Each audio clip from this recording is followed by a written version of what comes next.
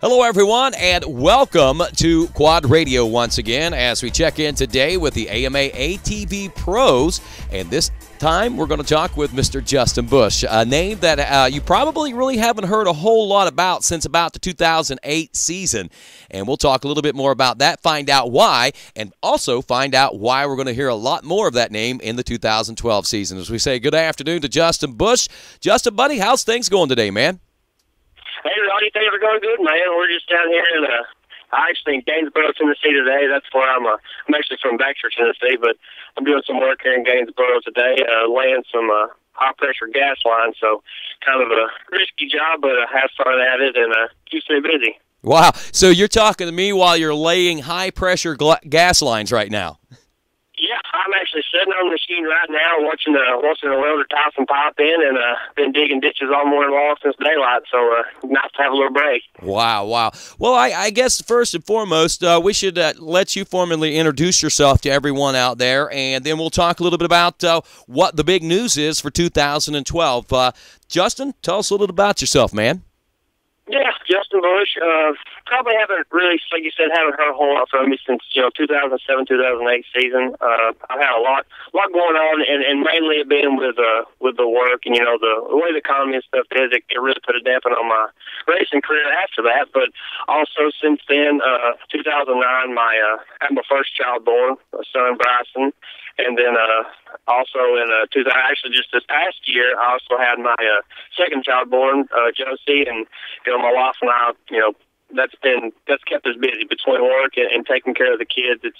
It's been busy for us, so it's really put a dampen on my racing. But this year we've had some things develop, and it's really opened my opportunity up. So we got approached by couple of sponsors and one main one it's actually gonna be enough to should keep me in the entire 2012 season. So extremely excited about that. Wow, I can imagine so. So I mean, just because you haven't been racing on the national scene the last couple of years, does that mean you probably have been hitting some local stuff? Yeah, I hit a lot of local stuff. I've been doing actually a lot of track building. We do construction, so I'm an operator. I run dozers and backhoes, and I've actually built 4 really nice big racetracks here in Tennessee, and that's kept me busy. But I also do a lot of practicing, and I've done a lot of local racing. Try not to do a whole lot of it. It don't really around here. The Florida racing scene's kind of dead, but I still practice. I've got a lot of friends that race. I've got a couple guys that ride pro class, Supercross and motocross that I ride with. So that's made a difference for me to be able to ride and train with them. But up until last February, actually this time last year, I was actually sitting in the University of Tennessee hospital. I'd actually had a crash practice, and we had plans to come back to the Nationals last year, but I crashed and actually Tennessee practicing and broke T6 through T11 vertebrae in my back and ended up having to being transported up to the hospital and had surgery. Had some 4 rods and some plates and some screws put down my back. They cut me from neck to hip. So at that time, we were concerned. I had no feeling in my legs for a good week, and the thought of even being able to walk again was an issue then. And I went through surgery and rehab and went back to work last summer, feeling fine, and actually come to Loretta's and seen some friends and talked actually with Dean and a couple of other guys, and decided after that hey, I'm gonna try to make a good comeback at it. So here I am. I've like I said, lined up a few sponsors and one main one. So I'm still ironing a few things out and getting ready to go. But I think by the time the season kicks off, I'll have everything ready. Man, that's awesome, and you keep talking a few sponsors. Let's talk a little bit about these sponsors, because what I'm understanding here, you've got some outside the industry sponsorship. You're bringing something a little new to the AMA ATV Motocross program, and being absent for a while and being able to come back with this kind of support's pretty cool stuff, man. Tell us a little about that. Yeah, it really is. With when they work in construction, I work hands-on with a lot of heavy equipment, and I've made a lot of connections over the years with people, and one Dean, one from Cat, and when I went through my injury and all that, actually the guy who's handling my program, he actually, visited me and we talked throughout it all, and, they all wished me safe, to get back to riding and all that, or back to normal at least. Well, I guess it was after when I was, decided to make actually try to come back to the racing scene this year. We were just talking, and the idea, threw up. I said, yeah, I'm going to be racing again in 2012, and I'm, excited, but, I've got to find some help, to get myself there and to the races and to be able to justify, taking off work and to be able to afford, put the quads together and get all the parts and everything needed. And, with them being involved in all the other racing that they are, he was all for it. He was all for it. He's always been interested in the sport. So I guess that happened in last of August, and I really didn't think nothing else about it. We talked. I was still working. I was, riding some, and I guess the last of November, we'd actually had a phone call, and they asked to meet. So I met with them a few times between November and end of December, and then we ended up coming up with a pretty good program for me. Some support. Wow. And there's some really cool details about it that I can't really discuss, but some cool things for me, especially that, with that working we do, we're getting a lot of help.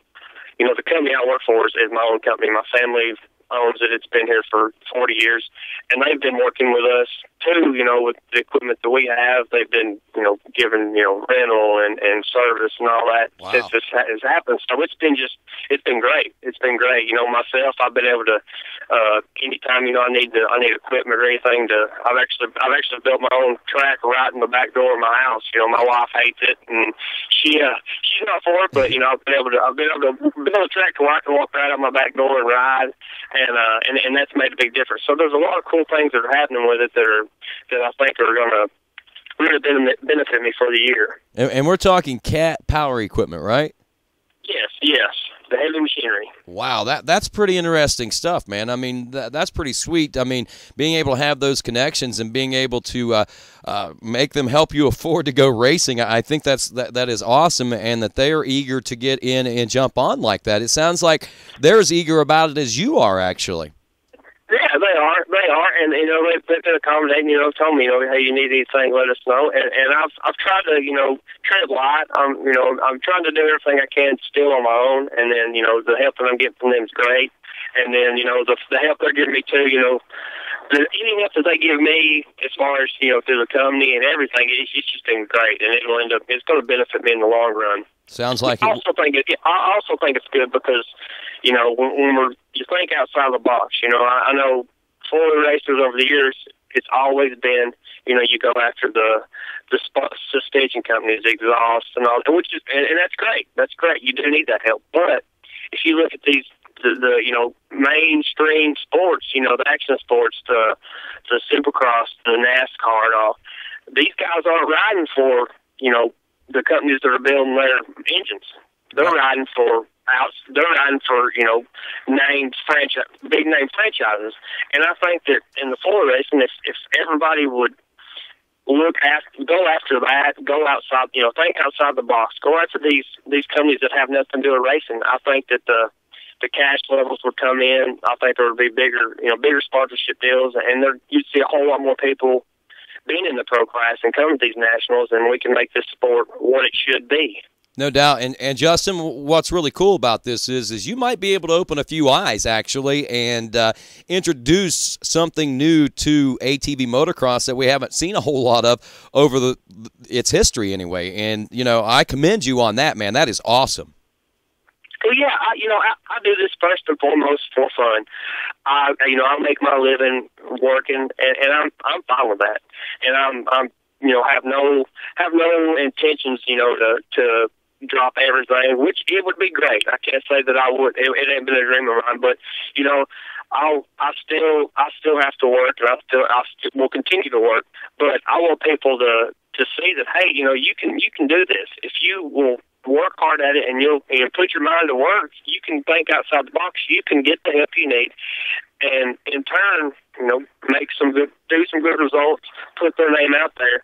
Hey, you never know. In 3 more years, you could have 20 pros out there that are riding for companies that aren't even involved in the motorsports industry, but you know what? They're writing fat checks and supporting it, and this sport could just blow up. Exactly. Which is great. That's what I'm all about. I want the sport of ATV Motocross to, you know, to be on the scale of the Supercross and the NASCAR and all that, because it's you got the talented riders. You know, it's been proven, the training, the riding, it's just as much or tougher than those sports. So why not? You know, why don't we get the recognition and the support that those guys do? So. Exactly, and we got to start somewhere. You know, I mean, it's not going to be given to us, so we got to go out and we got to make the attention. And that's a great first step, Justin. I think that's awesome, and I think it's going to do a lot for the world of motocross. And you know, the thing about it is, I mean, you know, a lot of these guys, you know, you think, well, I'm not a championship contender, you know, so maybe, you know, they're not going to say anything. Yes, they're not even going to talk to me. That's not necessarily the case. I mean, you're not going in there promising these guys a championship or anything like that.